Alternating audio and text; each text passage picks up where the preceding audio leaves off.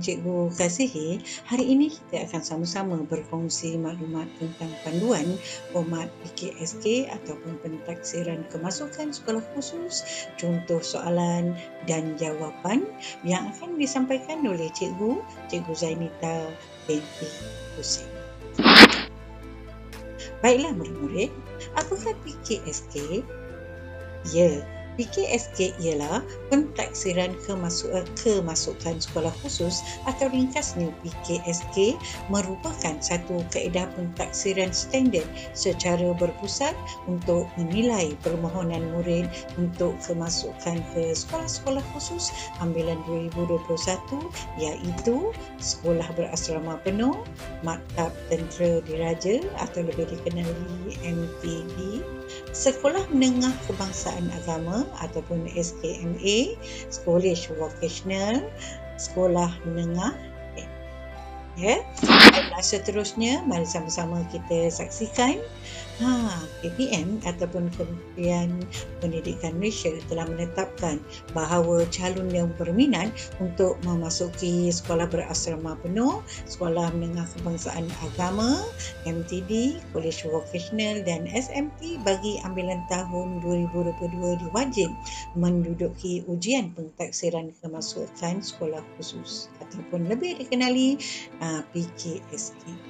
Kaedah ini dibuat kerana peperiksaan UPSR dan pentaksiran tingkatan 3 atau lebih dikenali dengan nama PT3 tahun 2020 telah dibatalkan akibat pandemik COVID-19 ataupun COVID-19. Namun, ujian tersebut bukan gantian kepada peperiksaan awam. Murid-murid yang cikgu kasihi, ini merupakan panduan format dan komponen PKSK. Baiklah, pentaksiran kemasukan sekolah khusus PKSK yang akan dilaksanakan ini merangkumi 3 bahagian, iaitu yang pertama bahagian A. Bahagian A ini dia akan diuji kecerdasan insaniah murid. Ya, tujuannya untuk mengenal pasti karakter murid. Soalan merangkumi EQ, SQ dan SSQ, mempunyai 30 soalan objektif, tiada jawapan betul atau salah. Jumlah murid markahnya ialah 20%. Baik, seterusnya bahagian B, kecerdasan intelek. Dalam bahagian B ini meliputi kecerdasan intelek, pengetahuan am dan penyelesaian masalah. Soalan dalam bahagian B merupakan soalan matematik dan sains bersifat kualitatif dan kuantitatif. 10 soalan bahasa Inggeris untuk menguji tahap penguasaan dan kefahaman calon. 70 soalan berbentuk objektif, masa yang diberikan 90 minit. Jadi jumlah markah dalam bahagian B sebanyak 70%. Dalam bahagian A 20%, bahagian B 70%. Baik, dalam bahagian C pula. Dalam bahagian C atau kelas C penulisan, ya, untuk menguji ideal dan pendapat calon dengan huraian karangan. Dalam bahagian C akan diuji, calon akan diuji dengan huraian karangan. Kamu akan menulis karangan. Calon perlu memilih satu daripada 3 tajuk karangan bahasa Melayu yang diberikan. Tipe penulisan esei 100 patah perkataan bagi tingkatan 1, 250 patah perkataan bagi tingkatan 4. Bukan lagi 80 ataupun 120, tetapi kalau biasanya kalau dalam UPSR 80 hingga 120, tapi sekarang ni penulisan esei untuk tingkatan 1 dalam ujian PKSK ni hanya 100 patah perkataan bagi tingkatan 1, murid yang akan ke tingkatan 1, 250 patah perkataan bagi murid tingkatan 4, murid tingkatan 3 yang nak ke tingkatan 4, 250 patah perkataan. Jumlah peruntukan masa 45 minit, banyak kan, lama kan, 45 minit bagi bahasa Melayu. Satu karangan sahaja, satu tajuk sahaja. Jumlah markah 10%. Kaedah pelaksanaan yang pertama, ujian kecerdasan insaniah dan kecerdasan intelektual bahagian A dan B dalam talian. Ini diuji dalam talian. Ya, yang kedua, ujian artikulasi penulisan secara bertulis. Ya, kamu kena bertulis, duduk macam biasa, macam soalan, macam peperiksaan biasa, sama seperti macam UPSR macam biasa, tapi dibuat secara bertulis. Baiklah, ini dia format PKSK, ya, perkara kaedah, jenis item, cakupan isi kandungan, wajaran skor. Ya, dalam bahagian A dan bahagian B. Bahagian A, kecerdasan insaniah. Bahagian B, kecerdasan intelek. Bahagian C, artikulasi penulisan. Bahagian A dan B secara dalam talian, ya, secara online.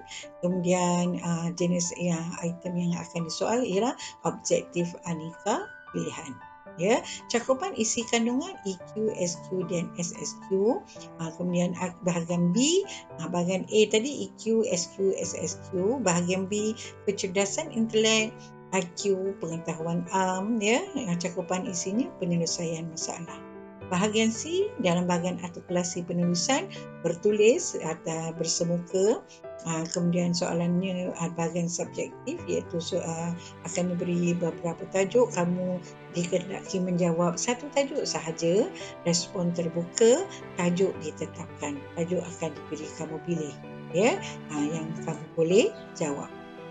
Wajaran skor, ya, bahagian A 20%, bahagian B 70%, bahagian C 10%. Jelas di sini, ya. Dan seterusnya, mari kita saksikan tip menjawab soalan PKSK. Bahagian A yang akan menguji kecerdasan insaniah, iaitu SQ, EQ dan SSQ. Pilih jawapan yang paling positif, ya, berdasarkan nilai-nilai murni kehidupan bagi mendapatkan markah paling tinggi. Ya, bahagian B, IQ penyelesaian masalah. Calon perlu memberikan jawapan yang paling tepat dan betul untuk setiap soalan. Kemudian bahagian B, pengetahuan dan bahagian IQ penyelesaian masalah ni, ya, meliputi pengetahuan Jadi calon haruslah merujuk, ya, buku teks sejarah tahun 6 atau tingkatan 3 serta membaca surat khabar dan isu semasa terkini. Baiklah, seterusnya, ini dia merupakan contoh soalan dan jawapan PKSK. Bahagian A, soalan EQ, SQ dan SSQ. Ini contoh soalannya. Kalau sepak bola terkena kereta, apa tindakan anda? Ya, apa yang anda perlu lakukan? Selaku murid, apa yang tindakan yang anda perlu lakukan? Ya, ini contoh jawapannya. Kamu hendaklah meminta maaf dan mengakui kesilapan saya. Baiklah, seterusnya, apakah tindakan anda jika dibuli kawan? Di sekolah, kamu dibuli. Jadi, apakah tindakan anda? Betul, ya. Membuat aduan kepada guru kelas dan ibu bapa. Sebab kamu murid, kamu tak boleh tumbuk kawan tu balik. Tak boleh, ya. Kamu kena buat aduan kepada guru kelas dan ibu bapa. Baiklah, seterusnya yang ketiga, bagaimanakah cara mengembirakan ibu bapa anda? Ini mudah kan? Macam mana cara nak gembirakan ibu bapa anda? Ya, betul. Hubungi mereka menggunakan telefon atau tulis surat atau hantar mesej. Baiklah murid-murid, dalam bahagian B merupakan soalan komponen IQ dan juga pengetahuan Ya, dalam soalan bahagian B ni, kamu akan diuji mengenai pengetahuan dan juga IQ kamu. Mari sama-sama kita saksikan contoh soalan bahagian B. Wabak COVID-19 mula dikesan di mana? Betul, negeri China. Baik, soalan yang kedua, apakah nama ibu negara Malaysia? Mesti semua orang tahu. Apa dia nama ibu negara Malaysia? Pandai. Nama ibu negara Malaysia ialah Kuala Lumpur. Baik, soalan yang ketiga, apakah nama tasik yang terkenal di Terengganu? Mesti tahu kan? Di Terengganu, nama tasik yang terkenal. Memang ni jadi pusat pelancong ni. Sebab apa? Di mana ada bot, boleh tidur dalam bot, tangkap ikan kan. Banyak ikan kat situ, dalam tasik tu. Apa dia? Ya, betul. Tasik Kenyir. Baik, soalan yang keempat, Pulau Pangku terletak di negeri mana? Betul, Perak. Baik, yang kelima, nama bapa pemodenan Malaysia. Siapa? Cepat, siapa? Pandai, ya. Tun Dr. Mahathir Mohamad. Tahniah, ya. Maknanya kamu pandai dan memang dapat menjawab soalan yang diberikan dalam bahagian B. Baiklah, apa kata sama-sama kita saksikan pula contoh soalan artikulasi penulisan. Dalam artikulasi penulisan, calon dikehendaki menulis esei atau karangan dalam bahasa Melayu. Baik, contoh soalan, mari kita sama-sama saksikan. Tuliskan pengalaman anda semasa melawat kilang aiskrim. Katalah kamu tak pernah melawat kilang aiskrim, ya. Jadi kamu mungkin pernah membaca ataupun menonton cara membuat aiskrim di kan, menonton cara-cara membuat aiskrim di TV. Katalah tak tahu, kan, tak ada pengalaman tu, tak ada dalam minda anda, tak ada dalam pengetahuan anda. Jangan jawab. Kita tengok, saksikan sama-sama soalan kedua. Sekiranya anda seorang jutawan, apakah yang patut anda lakukan? Ya, duit banyak, anda kaya, jadi apa patut anda lakukan? Kan? Jadi ini memerlukan pembacaan juga. Baiklah, yang soalan ketiga. Mudah kan? Ceritakan cita-cita anda. Takkan tak tahu apa cita-cita anda? Takkan tak tahu, mesti tahu. Mesti ada cita-cita. Jadi kamu bina tulis karangan, ya, berkaitan dengan cita-cita anda. Jangan cerita tentang lain, cerita tentang cita-cita anda. Jadi apakah yang anda akan buat untuk mencapai cita-cita anda itu? Macam tu. Baiklah, soalan keempat. Bapa anda telah membawa anda memancing di tepi sungai. Ceritakan pengalaman anda itu. Kan? Mesti seronok, kan? Baik, soalan yang kelima. Seterusnya, anda telah tersesat jalan. Ceritakan tindakan anda supaya anda selamat sampai di rumah. Dah sesat jalan, tiba-tiba sesat jalan, kan? Katalah naik bukit, kan? Tiba-tiba sesat. Kan, atau pergi berkhemah di hutan, atau anda bersama dengan unit uniform, dengan pengakar, kan, pasukan pengakar pergi berkhemah, sesat. Macam mana tindakan anda? Ceritakan tindakan anda. Ataupun soalan yang keenam, tuliskan sepucuk surat kepada sahabat anda menceritakan tentang pengalaman anda sepanjang musim pandemik COVID-19. Bila tulis surat kepada sahabat, ini memang sah-sah format surat kiriman tidak rasmi. Jangan sekali-kali silap dengan format surat. Okey, jadi ini antara contoh, ya, contoh soalan yang dikemukakan dalam soalan artikulasi penulisan. Ya, bukan spot question, bukan ramalan semua, bukan. Ini adalah merupakan contoh. Baiklah murid, apa kata? Jom sama-sama kita baca contoh jawapan artikulasi penulisan. Lawatan ke kilang aiskrim. Pada 16 April 2020, sekolah saya mengadakan lawatan ke kilang aiskrim di Petaling Jaya, Selangor. Rombongan ini disertai oleh 30 orang murid dan 4 orang guru pengiring. Tujuan lawatan ini adalah untuk mendedahkan murid-murid tentang proses membuat aiskrim. Di samping itu, lawatan ini juga dapat menambahkan pengetahuan serta memupuk semangat keusahawanan murid-murid. Kami bertolak dari sekolah kira-kira pada pukul 8 pagi dengan sebuah bas yang disewa khas. Kami tiba di kilang itu pula kira-kira pada pukul 10.30 pagi dengan disambut oleh beberapa orang pegawai kilang tersebut. Selepas itu kami diberi taklimat ringkas tentang kilang tersebut oleh seorang pengurus kilang. Kemudian kami dibawa melawat ke beberapa bahagian memproses aiskrim. Kami dapati sebahagian besar kerja memproses aiskrim itu dilakukan oleh mesin-mesin berteknologi tinggi. Pekerja-pekerja di kilang ini memakai pakaian seragam yang berwarna biru serta sarung tangan ketika bertugas. Kami diberi peluang oleh pihak kilang untuk mengemukakan soalan tentang proses membuat aiskrim. Ramai peserta yang mengemukakan soalan untuk mengetahui maklumat tentang memproses aiskrim itu.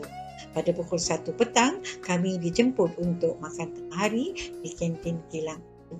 Kami juga diberi aiskrim setiap seorang sebagai cenderia hati. Walaupun hanya beberapa jam melawat kilang itu, tetapi kami gembira kerana dapat menambah ilmu pengetahuan tentang cara memproses aiskrim.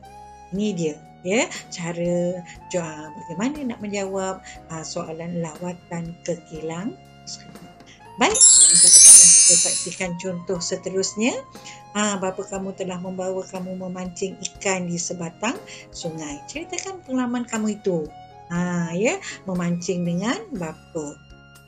Pada hari Ahad yang lalu, bapa membawa saya memancing ikan di sebatang sungai. Yang nyatakan bila bapa kamu bawa. Memancing ikan tu di mana? Kan di sebatang sungai. Sungai tu berdekatan. Di mana sungai tu? Berdekatan dengan rumah kami. Apa yang kamu bawa? Peralatan apa yang kamu bawa?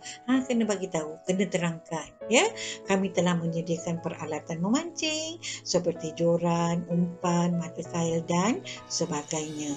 Selepas itu kami mengayuh basikal ke destinasi. Ya, apabila tiba di tepi sungai, kami nak kata basikal tak ada, naik jalan kaki pun boleh sebab dekat dengan rumah kan. Selepas tu kami berjalan kaki ke destinasi. Nampak tak? Ya, kemudian apabila tiba di tepi sungai, kami mencari suatu tempat yang sesuai. Ya, kami duduk di bawah sebatang pokok yang rindang. Selepas memasang umpan, kami pun mula memancing ikan dengan sabar. Tiba-tiba joran saya bergerak dengan kuat. Nampak kan? Itu pengalaman dia ceritakan. Bapa menolong saya menarik joran itu. Saya berasa sangat gembira kerana mendapat seekor ikan yang besar. Pada petang itu, kami berjaya mendapat 8 ekor ikan. Pada waktu senja, kami pun pulang ke rumah. Ibu telah memasak kari ikan untuk kami sekeluarga. Saya berasa gembira pada hari itu kerana telah memperluaskan pengalaman hidup saya. Nampak tak? Mudah kan? Ayatnya pun mudah.